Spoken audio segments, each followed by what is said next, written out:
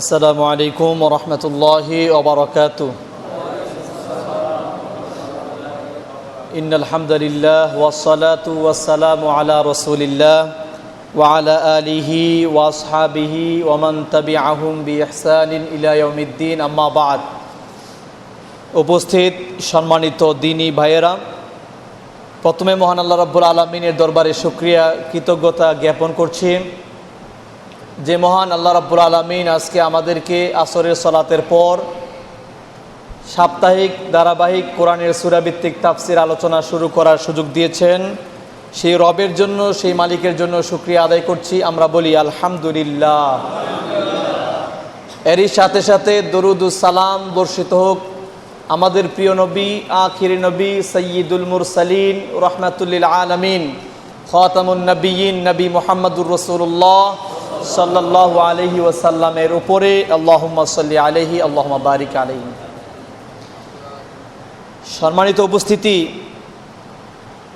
এখন দোকানপাট, রাস্তাঘাট, অফিস আদালত, চায়ের স্টল থেকে শুরু করে পত্রপত্রিকা, টিভি চ্যানেল, এমনকি সামাজিক যোগাযোগ মাধ্যমও একটি আওয়াজ চলছে, সবার মুখে মুখে একটি কথা, সেটি হলো আইয়ুব বাচ্চুর মৃত্যু। গতকালকে প্রথম আলো পত্রিকার একটি রিপোর্ট আমার দৃষ্টি আকর্ষণ করেছে। সেখানে তারা লিখেছে, আইয়ুব বাচ্চুর মৃত্যুতে সামাজিক যোগাযোগ মাধ্যমে শোকের মাতম চলছে, ফেসবুকে শোকের মাতম চলছে ভক্তদের মধ্যে। এখন কথা হচ্ছে এই যে ভক্তদের মধ্যে, মুরিদদের কাছে, ফলোয়ারদের কাছে তার প্রিয় মানুষটির জন্য এত মায়া, এত মহব্বত, এত ভালোবাসা, এত মাতামাতি, এত কান্নাকাটি, কোরআন ও হাদিসের দৃষ্টিতে এর বিধানটা কি? আজকে আপনাদের সামনে আমি কোরআন ও হাদিসের দৃষ্টিতে পরিষ্কার করতে চাই গান এবং গায়কের অবস্থান। আল্লাহ রাব্বুল আলামিন মহাগ্রন্থ আল কোরআনে গানের ব্যাপারে ইরশাদ করেছেন। সূরাতুল লোকমানের 6 নম্বর আয়াতে আল্লাহ পরিষ্কার ভাষায় স্পষ্ট করে জানিয়ে দিয়েছেন, ওয়ামিনান নাসি মাইয়াশতারি লাহুল হাদিস লিউদিল্লা আন সাবিলিল্লাহি বিগাইরি ইলম। আল্লাহ রাব্বুল আলামিন বলছেন, মানুষদের মধ্যে এমন কিছু লোক আছে, এক্সট্রা শ্রেণী আছে, যারা মানুষকে আল্লাহর রাস্তা থেকে পথভ্রষ্ট করার জন্য, আল্লাহর রাস্তা থেকে বিচ্যুত করার জন্য গান বাজনাকে ক্রয় করে। গান বাজনাকে ক্রয় করে কেন? মানুষকে আল্লাহর রাস্তা থেকে পথভ্রষ্ট করার জন্য। এক নাম্বার, এখানে এই লাহওয়াল হাদিসের ব্যাখ্যায় প্রায় সমস্ত মুফাসসিরিনে কেরাম পরিষ্কার ভাষায় বলেছেন, এই লাহওয়াল হাদিসের অর্থ হলো গান বাজনার বাদ্যযন্ত্র। 2 নম্বর কথা, রাসূলুল্লাহ সাল্লাল্লাহু আলাইহি ওয়াসাল্লাম বলছেন, বাইহাকিতে হাদিসটি এসেছে, আব্দুল্লাহ ইবনে আব্বাস রাদিয়াল্লাহু তাআলা আনহু বর্ণনা করছেন, তিনি বলেন, আল্লাহ রাসূল সাল্লাল্লাহু আলাইহি ওয়াসাল্লাম বলছেন যে আল্লাহ রাব্বুল আলামিন মদ, জুয়া, গান বাজনাকে হারাম করে দিয়েছেন। কে করেছে? আল্লাহ করেছেন। 3 নম্বর কথা, আব্দুল্লাহ ইবনে মাসউদ রাদিয়াল্লাহু তাআলা আনহু বলছেন, আল গিনাউ ইউনবিতুন নিফাক ফিল কলবি। গান মানুষের অন্তরে নিফাকি, মুনাফিকি সৃষ্টি করে।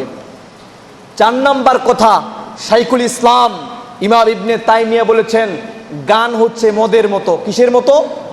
মদের মতো। কারণ মদ মানুষের মস্তিষ্ককে জ্যাম করে দেয়, আর ঠিক গান মানুষের অন্তরকে জ্যাম করে দেয়। এক হলো না? সম্মানিত উপস্থিতি, এটা হলো গানের ব্যাপারে। যারা গান গায়, গায়কের ব্যাপারে রাসূলুল্লাহ সাল্লাল্লাহু আলাইহি ওয়াসাল্লামের হাদিস, সহিহ বুখারীর হাদিস, আল্লাহ রাসূল বলছেন, লা ইয়াকুনান্না মিন উম্মতি আকওয়ামু ইয়াস্তাহিল্লুনাল হিরা ওয়াল হারির ওয়াল খামর ওয়াল মাআজিফ। রাসূলুল্লাহ সাল্লাল্লাহু আলাইহি ওয়াসাল্লাম বলছেন, অবশ্যই আমার পর একটা দল আসবে, আমার পর একটা শ্রেণী আসবে, যারা হালাল মনে করবে মদকে, জেনা, ব্যভিচারকে, রেশমকে এবং বাদ্যযন্ত্র গানকে হালাল মনে করবে। এটা হলো সহিহ বুখারীর হাদিস। সম্মানিত উপস্থিতি, এই সমস্ত কাজগুলো হলো অশ্লীলতা, অবাধ্যতা, ফাহেসা। আর যারা এই ফাহেসা কাজ করে তারা হলো গায়ক।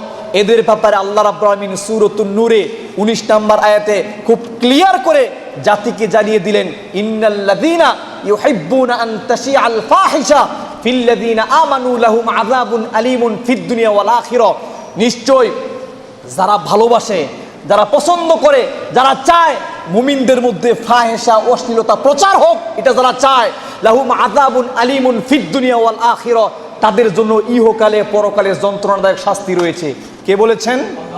আল্লাহ বলেছেন সূরাতুন নূরে 19 নম্বর আয়াত। এ হলো কোরআন ও হাদিসের দৃষ্টিতে গান ও গায়কের অবস্থান। এখন জাতির উদ্দেশ্যে আমার কিছু কথা। যে গান মানুষের ঈমান আমল আকীদার পথে বাধা হয়ে দাঁড়ায়, সেই গানকে আমরা কখনো কোনোদিন সমর্থন করতে পারি না। 2 নম্বর কথা, যারা গান গেয়ে মানুষকে দ্বীনের পথ থেকে অন্যায়ের দিকে, অবাধ্যতার দিকে, অশ্লীলতার দিকে, জাহান্নামের দিকে ধাবিত করে, তাদের জন্য আমাদের কোনো মায়া মহব্বত ভালোবাসা থাকতে পারে না। 3 নম্বর কথা হচ্ছে এই, একটা কথা পরিষ্কার ভাষায় আমাদের মনে রাখা দরকার, যখন কোরআনের বিরুদ্ধবাদীদের সমর্থন করা হয়, যখন কোরআনের বিরুদ্ধবাদীদের সমর্থন করলে যদি কেউ করে, তাহলে মনে রাখতে হবে অবশ্যই তার পক্ষ থেকে কোরআনের উপর থেকে সমর্থন উঠে যায়। 2 নম্বর কথা, যারা রাসূলুল্লাহ সাল্লাল্লাহু আলাইহি ওয়াসাল্লামের বিরুদ্ধবাদীদের সমর্থন করে, মনে রাখতে হবে অবশ্যই রাসূলের উপর থেকে তাদের সমর্থন উঠে যাবে বা গেছে। সম্মানিত উপস্থিতি, রাসূলুল্লাহ সাল্লাল্লাহু আলাইহি ওয়াসাল্লাম সহিহ বুখারী হাদিস স্পষ্ট ভাষায় বলেছেন, যারা রাসূলকে ভালোবাসবে তারা রাসূলের সাথেই জান্নাতে থাকবে। সাহাবী রাসূলুল্লাহ সাল্লাল্লাহু আলাইহি ওয়াসাল্লাম সাহাবীকে বললেন, ইন্নাকা মা'a মান আহবাবতা, নিশ্চয় তুমি যাকে ভালোবেসেছো তার সাথেই পরকালে থাকবে। সহিহ বুখারীর হাদিস, মুসলিমের হাদিস। আরেকটি কথা হচ্ছে এই, যারা রাসূলের বিরুদ্ধবাদী, যারা রাসূলের বিরুদ্ধচারণ করে আর তাদেরকে যারা ভালোবাসে, মনে রাখতে হবে তাদের স্থান হবে জাহান্নাম।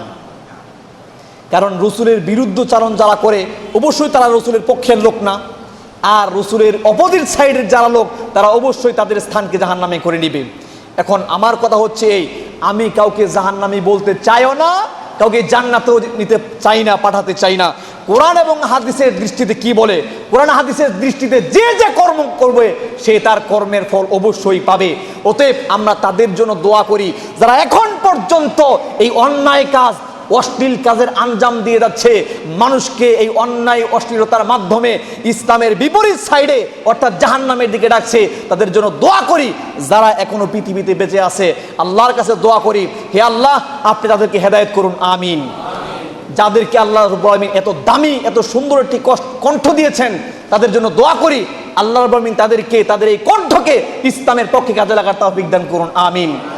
তাদের এই কণ্ঠকে কোরআনের পক্ষে, ইসলামের পক্ষে, হাদিসের পক্ষে, আল্লাহর পক্ষে, রাসূলের পক্ষে কাজে লাগার তৌফিক দান করুন, আমিন।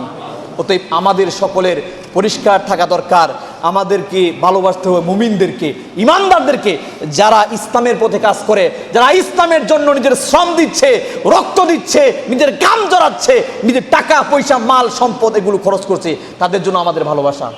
আল্লাহর কাছে দোয়া করি আল্লাহ আমাদের সকলকে সঠিক বুঝদান করুন, আমিন। এখন আমরা আমাদের তাফসীর আলোচনা শুরু করতে চাই। সম্মানিত উপস্থিতি, আমাদের আজকে নতুন একটি সূরা শুরু হবে।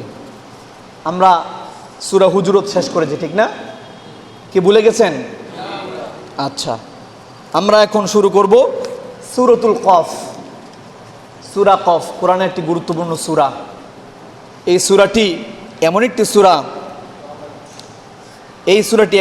সূরা, যে সূরা রাসূলুল্লাহ সাল্লাল্লাহু খুতবাতে আলোচনা করতেন, তেলাওয়াত করতেন। রাসূলের পার্শ্ববর্তী একজন লোক ছিলেন, রাসূলের বাড়ির পাশে, সে বলছে যে রাসূলের রান্নাঘর আর আমাদের রান্নাঘর অভিন্ন ছিল, একই ছিল। রাসূল যখন খুতবা দিতেন, রাসূলের ওই সূরা কফ তেলাওয়াত শুনতে শুনতে আমার মুখস্থ হয়ে গেছে। মানে এটা এত রাসূল সাল্লাল্লাহু আলাইহি ওয়াসাল্লাম এত বেশি পড়তেন। অতএব এই সূরার গুরুত্ব, এই সূরার মর্যাদা অনেক বেশি। তাই আসুন আজকে আমরা সূরা কফ আলোচনা করে আমরা সংক্ষেপে অল্প আলোচনা করব আজকে, কারণ আমাদের আজকে পরীক্ষা আছে, ঠিক না? কি আজকে পরীক্ষার প্রস্তুতি নিয়ে আসেন নাই? ইনশাল্লাহ আজকে আমরা সংক্ষেপে অল্প আলোচনা করে তারপরে ইনশাল্লাহ আমরা আমাদের পরীক্ষায় চলে যাব। আপনারা প্রস্তুতি গ্রহণ করুন। আল্লাহ রাব্বুল আলামিন কোরআনুল কারিমে ইরশাদ করেছেন সূরা কফ, অর্থাৎ সূরা হুজুরাতের পরের সূরাই হলো সূরা কফ। আল্লাহ এখানে বলছেন,